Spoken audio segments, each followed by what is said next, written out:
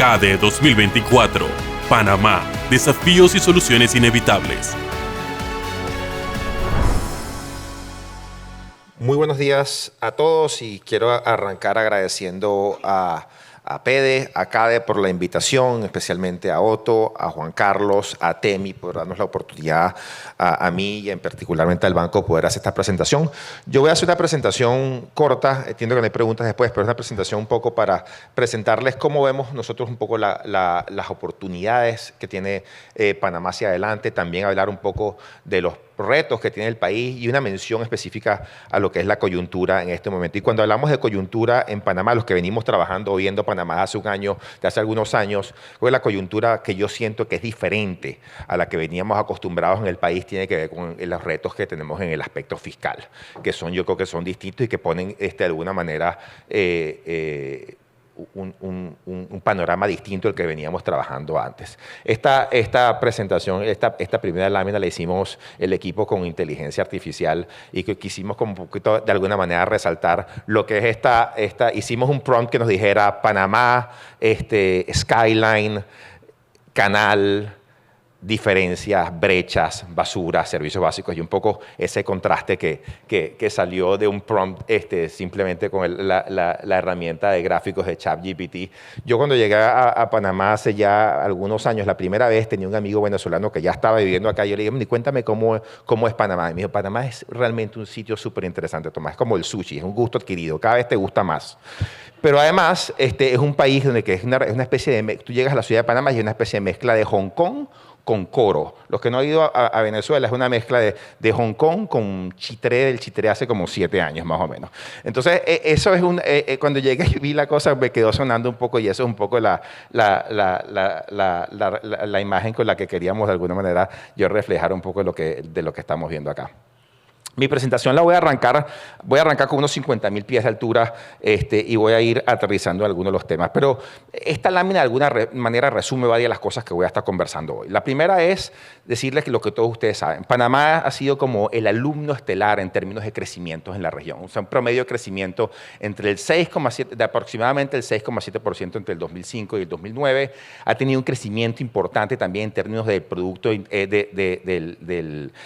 PIB per cápita del país, de los más altos en la región. Este crecimiento ha sido impulsado esencialmente por 3 sectores principales en el país. Más de la mitad del crecimiento venía apalancado en el sector construcción, en el sector comercio, en el sector transporte. Pero este modelo importante de crecimiento que venía trayendo el país ya venía registrando algunos vicios de agotamiento antes de la pandemia. Ya en el año 2019, justo antes de la pandemia, ya estábamos creciendo alrededor del 3 y pico %. Llegó la pandemia, tuvimos una caída violenta como buena parte de los países y después, buenísimo, y después hubo un rebote importante después de la pandemia y ya con las cifras que publicó el MEF recientemente, hace como 2 semanas con las cifras de 2023, ya estamos por arriba de los niveles que teníamos en la pandemia, pero este crecimiento nuevo no ha sido igual para todo el mundo.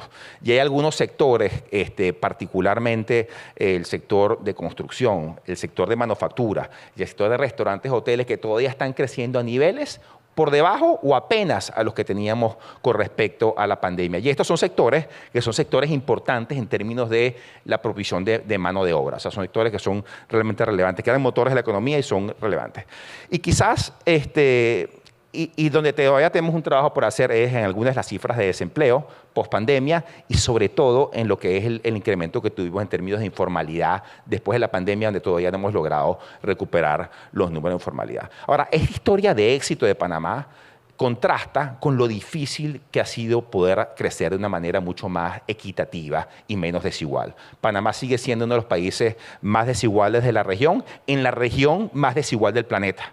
Entonces estamos por debajo de Brasil, de Colombia y de Panamá en términos de nuestros niveles de desigualdad, no importa cómo la midas. Y después, sobre todo lo que tiene Panamá es esa brecha gigantesca que hay entre el Panamá urbano y el Panamá rural, ni hablar el Panamá indígena. Y estas son algunas de las cosas que voy a ir conversando hoy en la presentación. Esto es para decir un poco lo que estaba diciendo antes. Panamá, quizás el reto más importante que tenemos en Panamá es cómo nos consolidamos como un país de ingreso alto. Enrique lo decía anoche, Panamá es el ingreso per cápita más alto de la región, es doble del promedio regional en América Latina. Estas son un poco las variaciones que vemos por países. Vemos como Panamá ya con los números recientemente salidos estamos por arriba de los niveles que teníamos en pandemia. O sea, hemos estado creciendo y los sectores que tuvieron un decrecimiento importante. Pero la historia es, estamos creciendo otra vez o empezamos a crecer otra vez y esto es parte del crecimiento, lo vamos a ver ahora, pero todavía con algunas desigualdades en algunos sectores.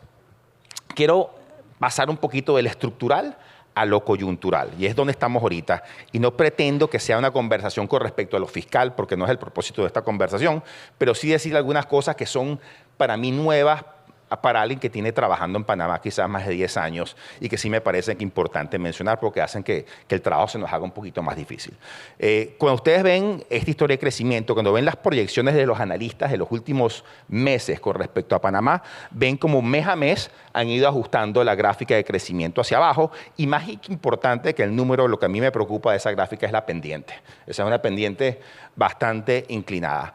Ustedes saben, Panamá recibimos un downgrade de Fitch hace unos pocos días. Fitch alega en el análisis de calificación los desafíos fiscales que está enfrentando el país y también menciona issues de gobernanza relacionados tangencialmente mencionan el tema de la mina, pero en general un issue de gobernanza en el país que hace que motivara esa caída de calificación.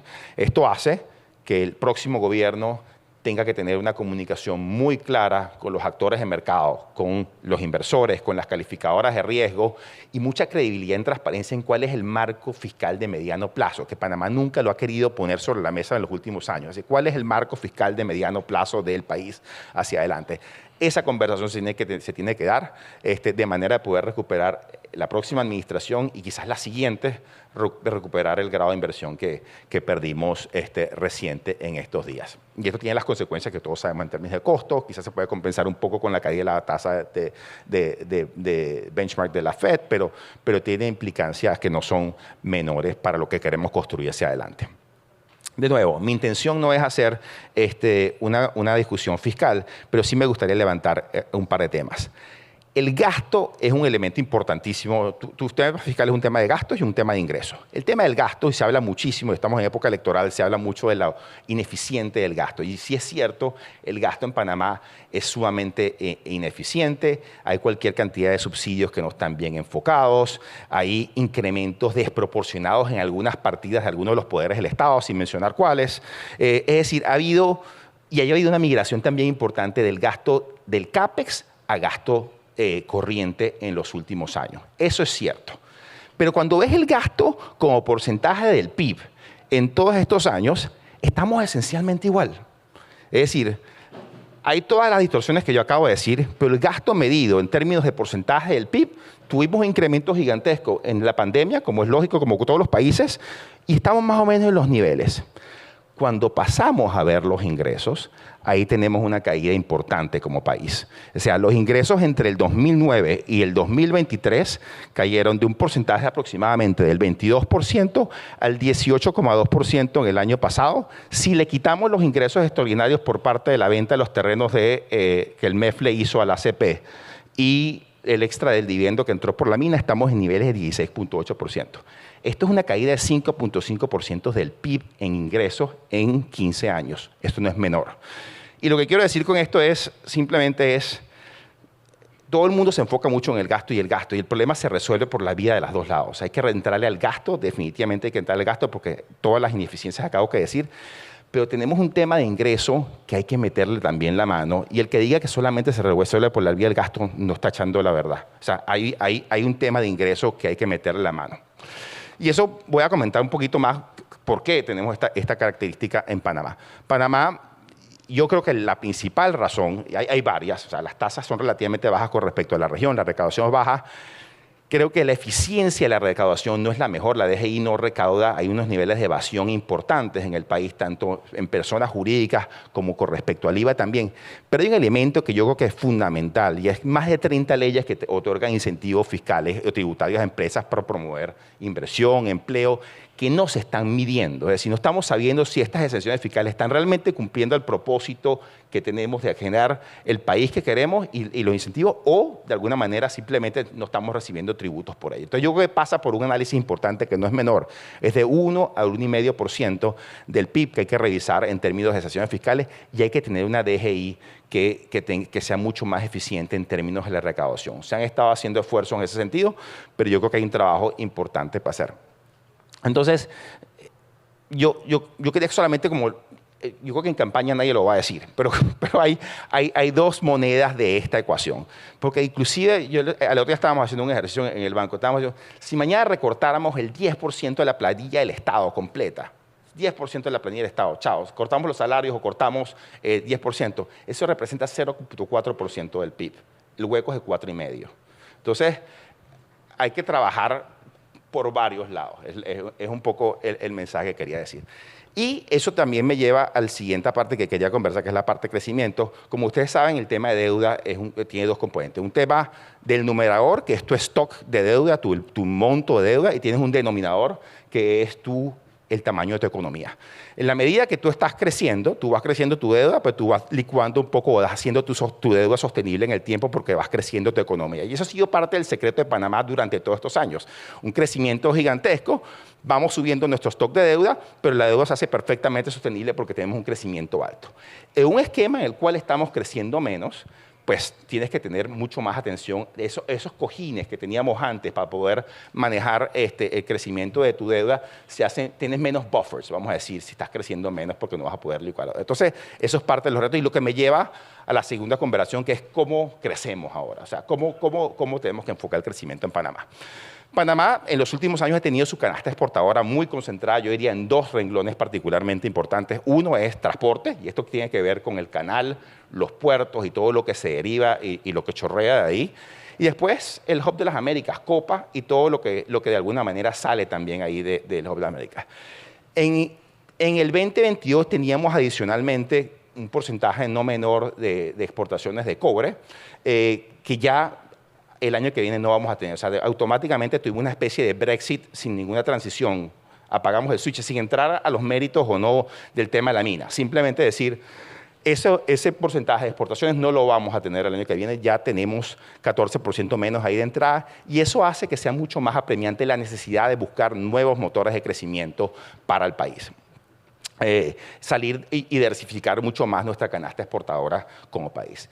Y esto me lleva y yo creo que ahí Panamá tiene ciertas ventajas en las cuales podemos movernos relativamente rápido en algunos sectores. Un sector particular que yo creo que es nuestro mango bajito, pero con mucho trabajo, es todo el sector de conectividad. O sea, Panamá tiene, como ustedes saben, una ubicación geográfica privilegiada, tiene una infraestructura logística ya muy importante. Tenemos el aeropuerto Tocumen, tenemos el canal de Panamá, tenemos los puertos en Colón, tenemos los puertos en el Pacífico, tenemos un ferrocarril que une el istmo completo, una carretera que también une el país de un lado o del Atlántico o del Caribe al Pacífico. Tenemos la infraestructura y los juguetes que son realmente la envidia del vecindario. Y eso nos da una ventaja gigantesca para poder construir sobre eso y apalancar nuestra capacidad logística. Ahora, eso va a requerir también inversiones que sean estratégicas en cómo apalancamos esto y cómo pasamos de ser un país, como se ha hablado hace mucho tiempo, que solamente estamos pasando barcos y moviendo contenedores, a realmente ponerle ventaja a toda esta infraestructura que tenemos.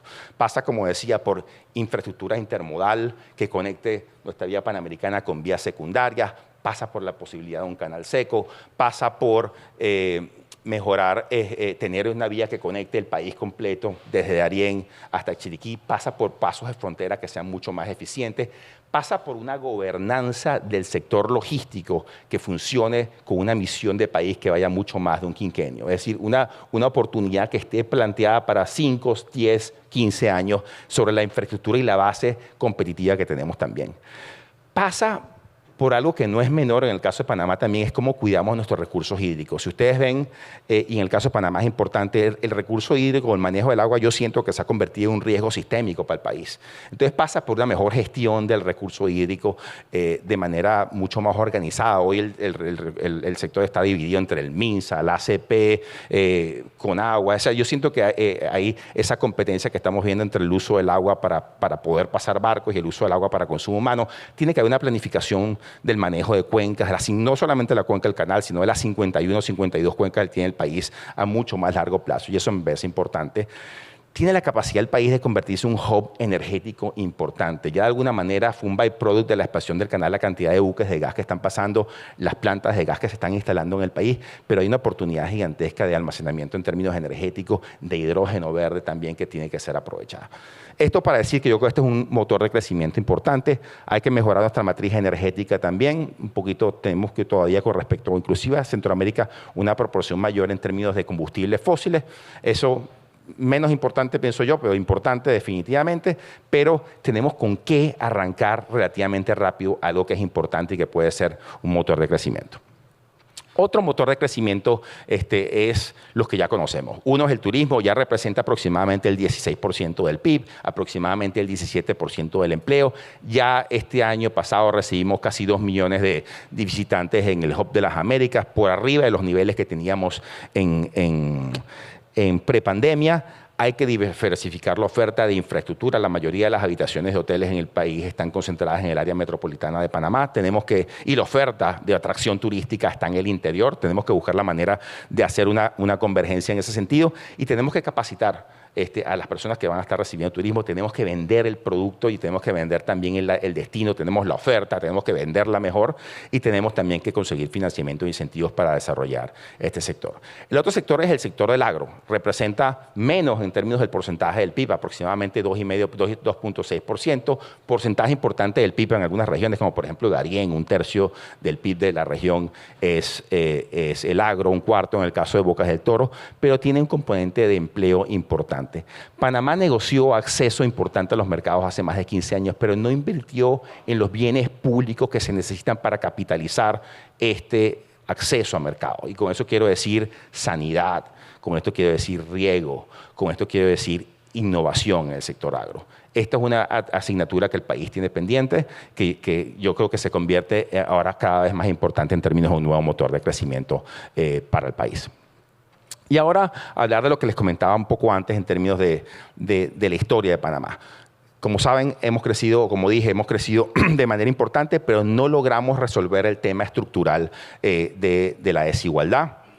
Estamos por niveles, no importa cómo lo midas, en niveles por arriba del 50 o alrededor del 50 en términos del coeficiente de Gini, en la región, como decía, más desigual del planeta, que es América Latina. Ahora, se debe decir también que si bien somos desiguales, Panamá ha hecho unas mejoras increíbles en términos de reducción de la pobreza, sobre todo reducción de la pobreza a nivel urbano. Cuando ves los números de reducción de pobreza a nivel urbano, entre el 2000 y el 2022 la hemos reducido a la mitad, y antes de la pandemia estábamos por debajo del 10% en términos de urbano. Lo que no hemos logrado hacer de manera efectiva es reducir esta brecha. Esta brecha entre lo que es la pobreza urbana, la pobreza rural, y ni hablar de las comarcas donde no ha pasado absolutamente nada. O sea, si tú eras pobre en las comarcas, sigues siendo pobre, y la única manera que dejes de ser pobre es que si te fuiste de la comarca. Ahí no ha pasado nada en los últimos 10 o 15 años.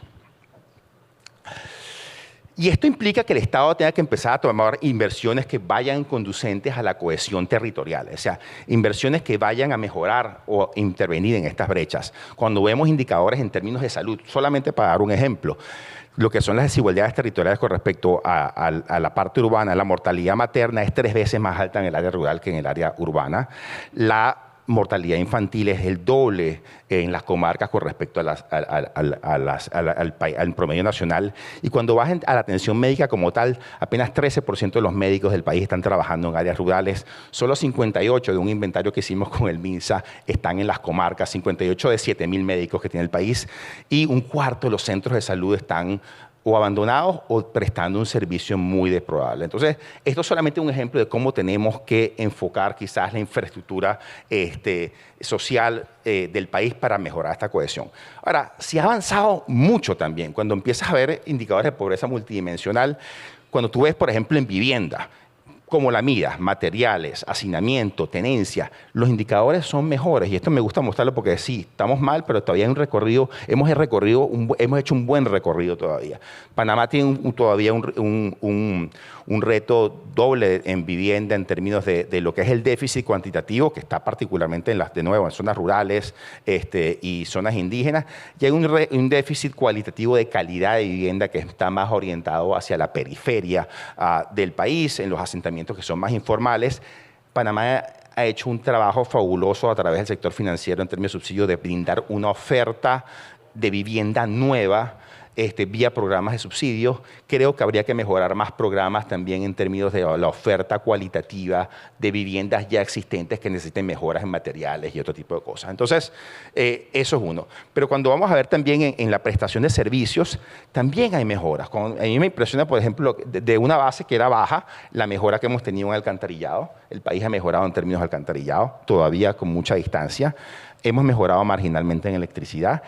Y donde veo un estancamiento es en agua. Pareciera que en agua no ha pasado mayor cosa. Yo creo que en alguna manera, una teoría que tengo yo tiene que ver un poco con la propia gestión que estamos haciendo de la empresa de agua del país. Creo que eso es una asignatura pendiente de hace mucho tiempo. Y en términos de los logros de educación, ha habido mejorías. O sea, un vaso medio lleno en enrollment, en rezago e inclusive en logros, que se habla mucho de los logros. Sí, obviamente, ya voy terminando, cuando nos medimos de alguna manera por cualquier prueba estandarizada internacional, la que sea, ERCE o las pruebas PISA, no aparecemos también mejoría marginal en PISA, pero muy lejos de lo que es el promedio de la OECD. En educación, el tema que decía antes de la eficiencia del gasto creo que no es más importante en este sector que en otros.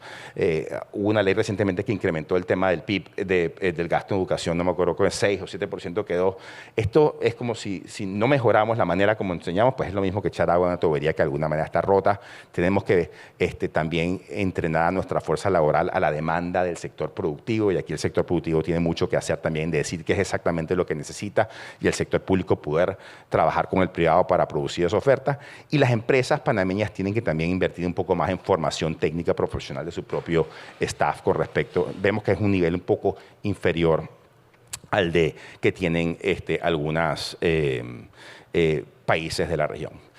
Y quizás unas reflexiones finales ya para terminar. Yo soy un convencido que este país, y conozco este país desde hace mucho tiempo. Yo soy venezolano y he estado vine a Panamá, he estado dando vueltas, y como todos los venezolanos siempre estamos buscando últimamente dónde vivir. Yo decidí que esta es mi casa.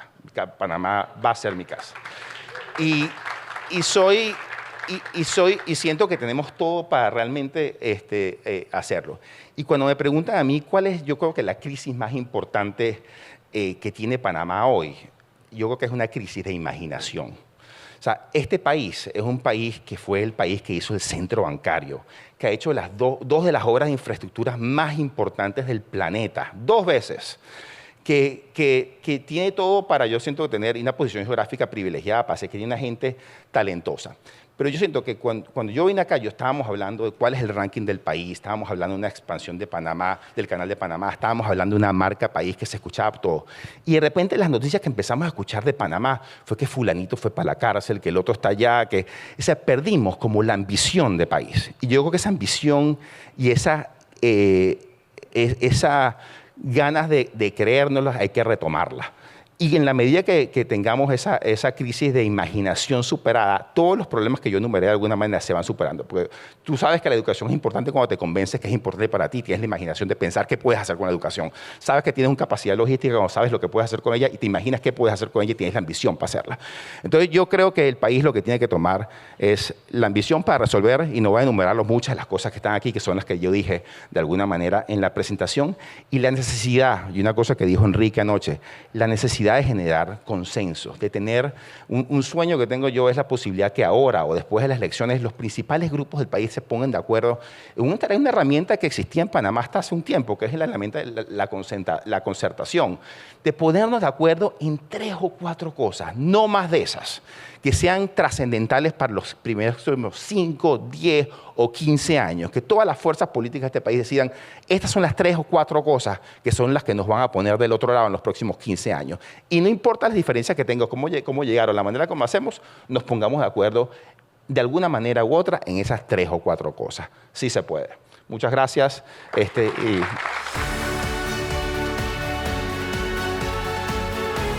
CADE 2024. Panamá. Desafíos y soluciones inevitables.